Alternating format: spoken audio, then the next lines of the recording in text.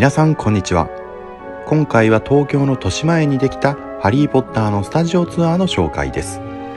実際の映像を見ながら僕が感動したポイントや行く際の注意点を解説します。なので、すでにチケットを取った方やなんか話題だけど実際どうなのと感じている方はぜひ参考にしてください。ちなみに動画の長さからわかる通り、この動画は撮影可能なスポットをすべて映像にしていますので、それを踏まえて適宜スキップしながらご視聴ください。では早速行きましょう。西武線の豊島園駅に到着です。駅がハリーポッター仕様になっていて、早速テンションが上がってきますね。ちなみに豊島園は池袋駅から15分ほどで、東京の方はもちろん海外から日本に遊びに来た方もアクセスしやすい場所です。ちなみに施設の中も日本人以外の方が意外と多く、インストラクターが英語を話せたり、英語の翻訳がついていたりと、海外の方も楽しめる施設ですのでご安心ください。駅を降りてそのまままっすぐ進んでいくと、まず門があり、そこでチケットの確認があります。門をくぐってそのまま進んでいくと施設が見えてきます。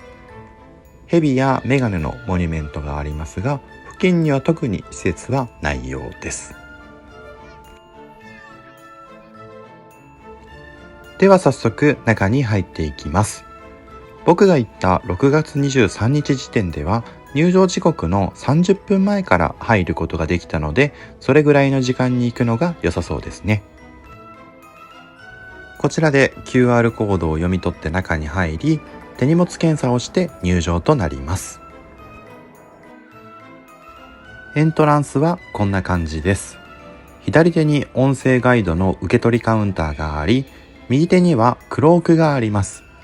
後で紹介しますが、中は想像以上に広いので、大きめの荷物は必ず預けておきましょう。またトイレの近くに更衣室もあるので、買ったローブや T シャツに着替えることもできます。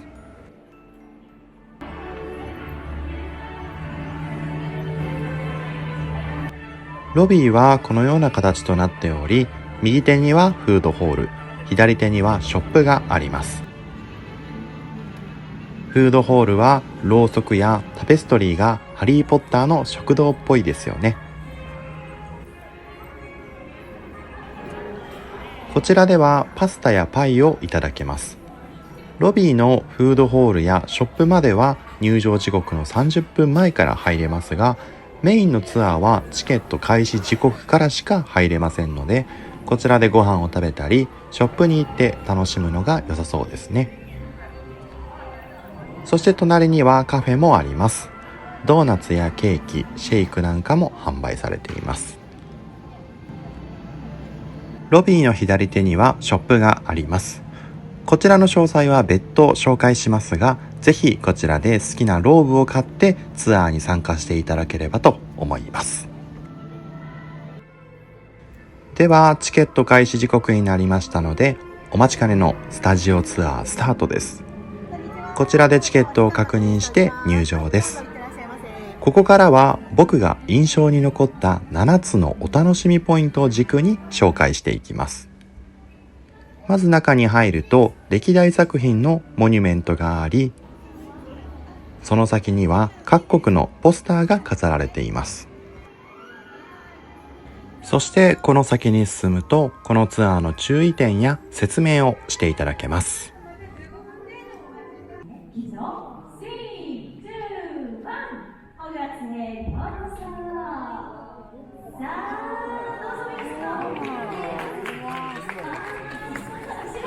早速ここでお楽しみポイント1つ目、オープニングです。ご覧の通りホグワーツの扉を開けてツアーが始まるのですが、ツアーの説明映像からのこの流れがすごい良かったです。あまり言うとネタバレになるので控えますが、個人的にはすごいワクワクしましたので、ぜひ皆さんも楽しんでいただければと思います。そしてまず入ってきたのが大広間ですね。劇中の美味しそうな食事が豪勢に並んでいる様子が目に浮かびますね。大広間の中央には先生方の衣装が展示されており、マクゴナガル先生の横には組み分け帽子もありますね。またご覧のようにこのツアーでは各ポイントでインストラクターが説明をしてくれており、映画の世界の裏側を知ることができます。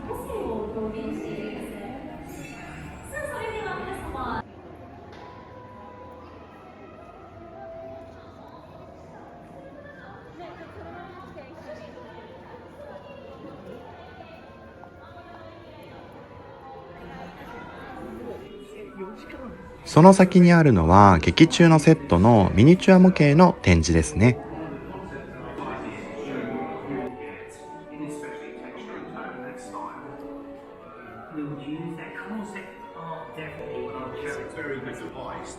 こちらはなんだかシルバニアファミリーのような模型ですね。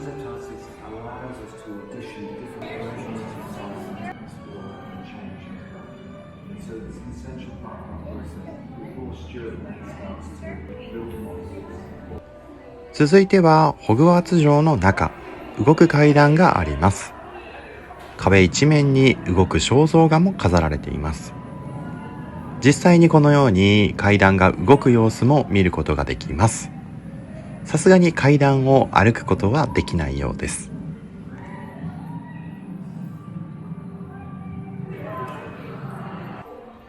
そしてこの奥では壁に飾られているような肖像画の写真を撮れるスポットがありますので、ぜひ記念撮影をしてみてください。続いてはホグワーツ城の中の部屋の様子です。まずはグリフィンドールの談話室。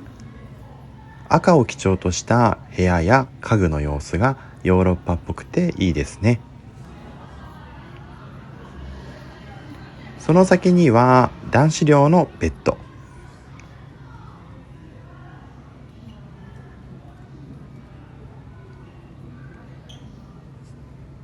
こちらがハリーのベッドみたいですね。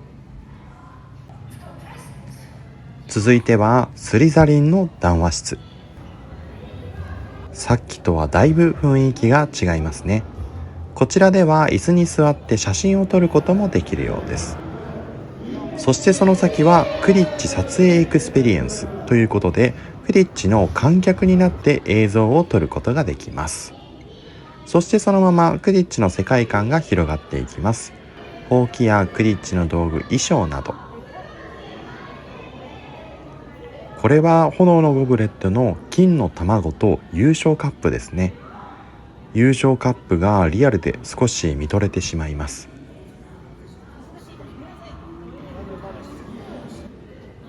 お次は不死鳥の騎士団で出てきた練習台ですね。こちらはダミーデスイーターというそうです。そしてこちらは必要の部屋。汚れ方がリアルです。続いてこちらは姿をくらますキャビネット棚。2つが対になっていて、片方の方に入るともう片方の方から出られるってやつですね。そしてこちらは憂いのふるい、ペンシーブですね。劇中の重要シーンで多く登場した記憶を保存することで、それを追体験できるものですね。実際にこのように映像が出てきて、煙も出てきます。皆さんもダンブルドアのように記憶を中に入れてみてください。その先にはダンブルドアのラウンジ。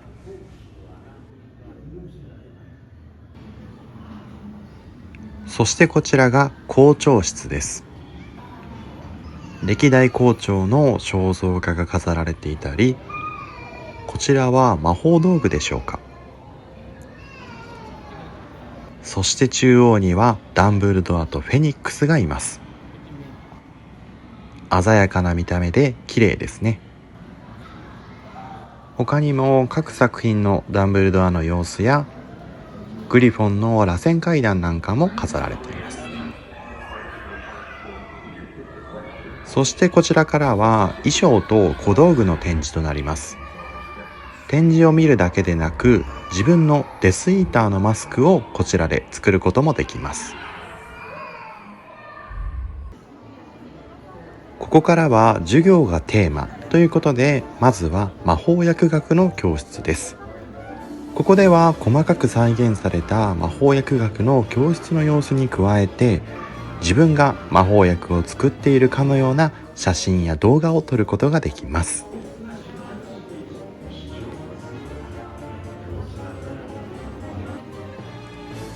その先にはいろんな先生がいます。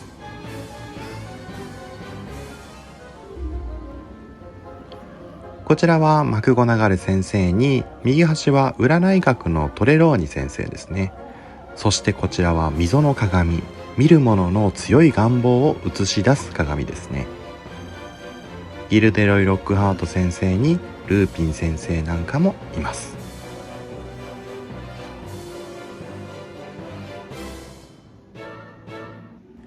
続いてこちらは闇の魔術に対する防衛術の教室です。ここでは部屋の様子だけでなく、お楽しみポイント2つ目、魔法の体験ができます。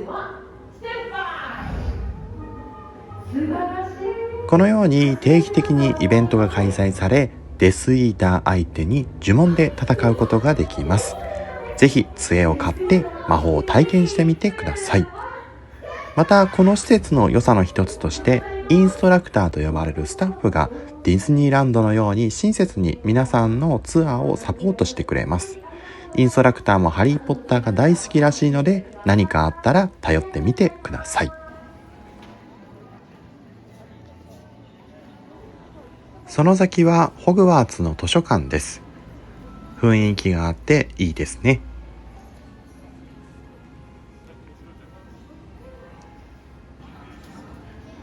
このゾーンの最後はボルデモートがテーマ。このように分霊箱が展示されていたり、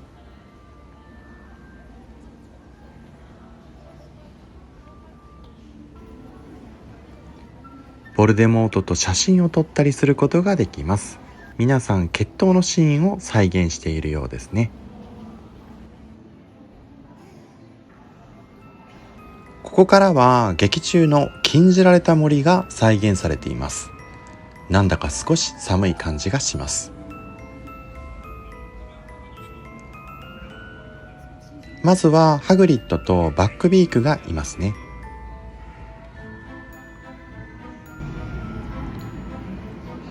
続いてこちらはケンタウロス。そしてここではパトローラムの呪文の体験ができます。皆さんの守護霊は何でしょうか？そして次はなんとアズカバンの囚人のあの名シーンを体験できます。僕もこのシーンが大好きです。皆さんもぜひ体験してみてください。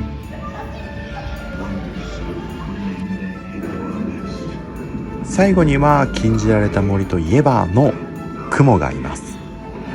なんだかテーマパークのアトラクションみたいですね。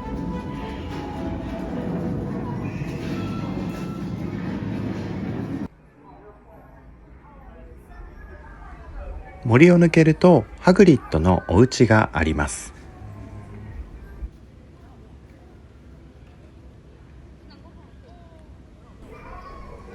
こちらでは外観だけでなく家の中の様子も見ることができます。大きい体ですが家の中は物がいっぱいですね。ミニマリストとは真逆な性格のようです。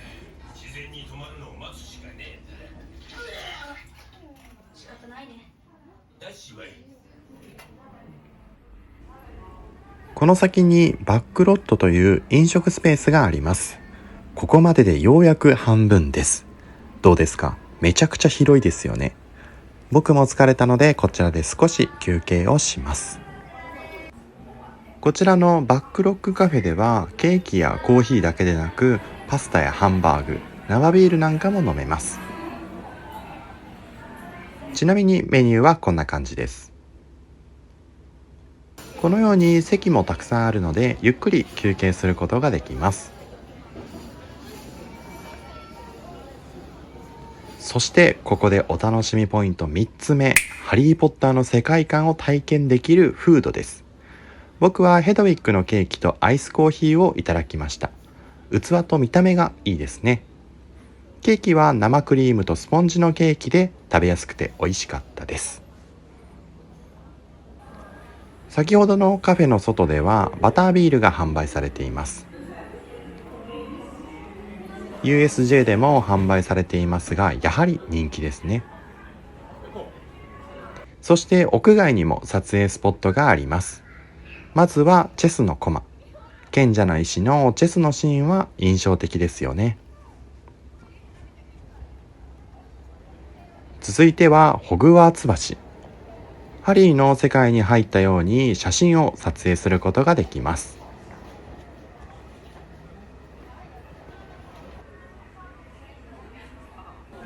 お次はダドリーの家。実際に家の中に入って世界観を体験することができ、こちらは階段下の物置のハリーの部屋ですね。そしてこちらはアズカバンの時のおばさんが膨らむシーンですね。なんだかジブリパークっぽい雰囲気です。そして細かい部分まで作り込まれています。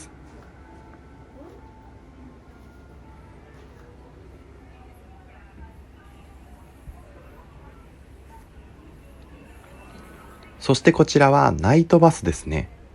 こんな大きいバスが猛スピードで形を変えながら走ってきたらびっくりしますよね。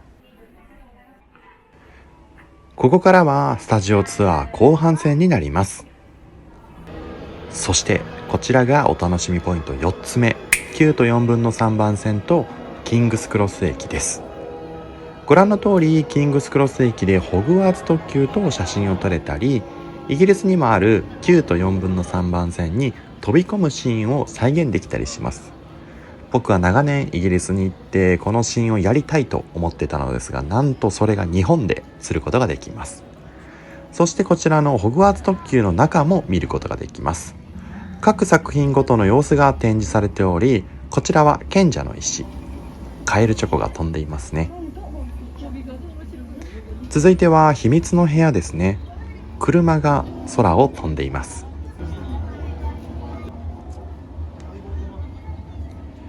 そしてこちらはアズカバンの囚人。ルーナのメガネがすごいですね。そしてルーピン先生と出会い、ディメンターと遭遇するシーンですね。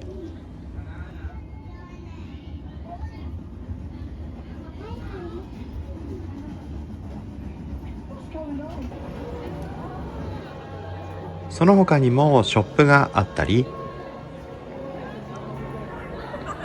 ファンタスティックビーストの展示もあったりと、完成度の高い展示場所となっています。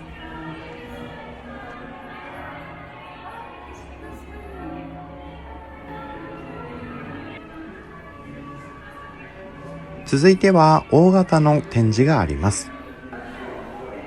こんな大きなセットを作ると考えると、映画ってやっぱりすごいなぁと改めて感じます。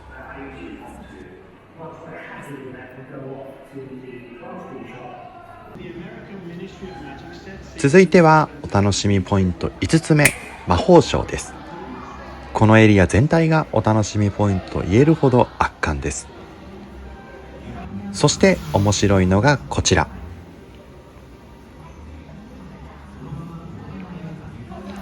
スモークが焚かれる演出で、皆さん思い思いのポーズで魔法省に出勤してきます。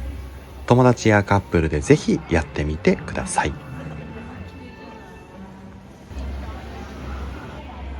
真ん中に大きなモニュメントがあって、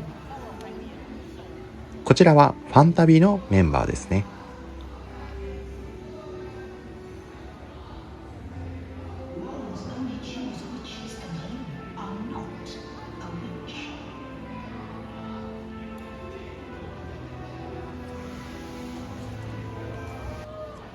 そしてこちらは劇中で登場するショップでしょうか。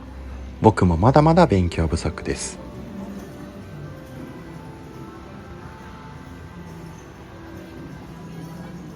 そしてこちらは魔法界のお掃除ロボットですね。続いてはクリーチャーのエリアになります。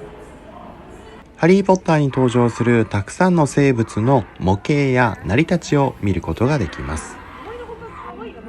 こちらはマンドレイクですね。輝くものが好きなニフラー。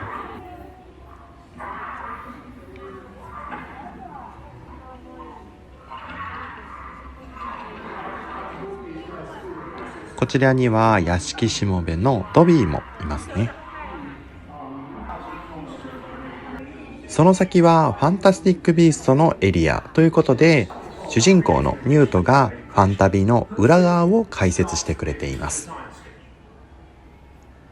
ちなみに皆さん、ハリーポッターに登場する中で好きな生物はいますか？僕はファンタビに出てくる木の枝みたいなやつが好きです。ボートラックルというらしいです。そしてこちらの一見よくわからない木の画面は近づいていくと、このように木に隠れていたそのボートラックルが出てきます。どうですか？可愛くないですか？個人的にここはすごいお気に入りのエリアです。そしてこの後がお楽しみポイント6つ目、ほうきに乗った映像体験なのですが、このエリアは撮影禁止でして、ほうきに乗っている映像を撮影できるほうきエクスペリエンスがあるので、ぜひ実際に体験してみてください。続いてこちらはアートオブサウンドエリアになります。効果音や音楽の裏側を知ることができ、先ほどの映像はドラゴンが飛ぶ音を再現しているみたいです。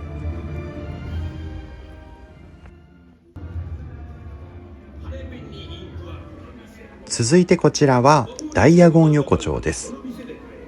昼や夜の街並みが細かく再現されています。こちらはグリンゴッツ銀行、そしてこちらはオリバンダーのお店、クディッチのお店や、こちらはウィーズリー・ウィザード・ウィーズというフレッドとジョージのお店ですね。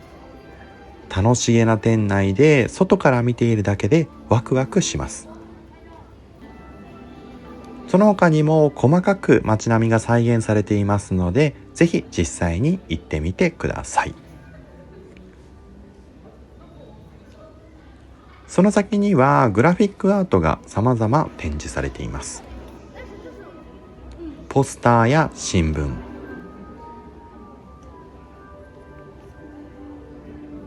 劇中のお菓子のパッケージなど、改めてすごい世界観だなと感じます。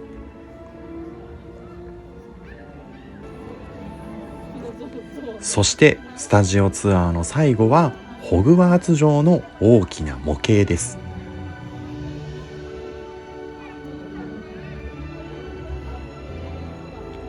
こちらは上からぐるっと降りていきながら360度ホグワーツ城を楽しむことができます。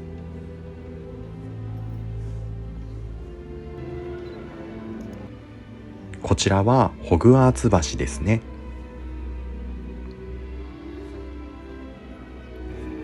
加えて時間に合わせて明るさが調整され、昼だけでなく夜のホグワーツ城も楽しめます。夜のライトアップされたホグワーツ城も圧巻ですね。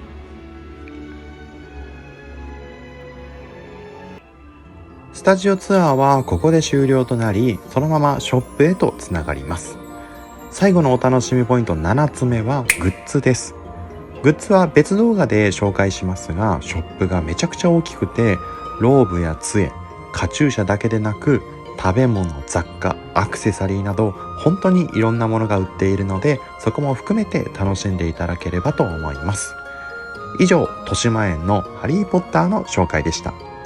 実際に行って面白かった部分や動画上ではわからない疑問点などあれば、ぜひコメントしてください。ご視聴ありがとうございました。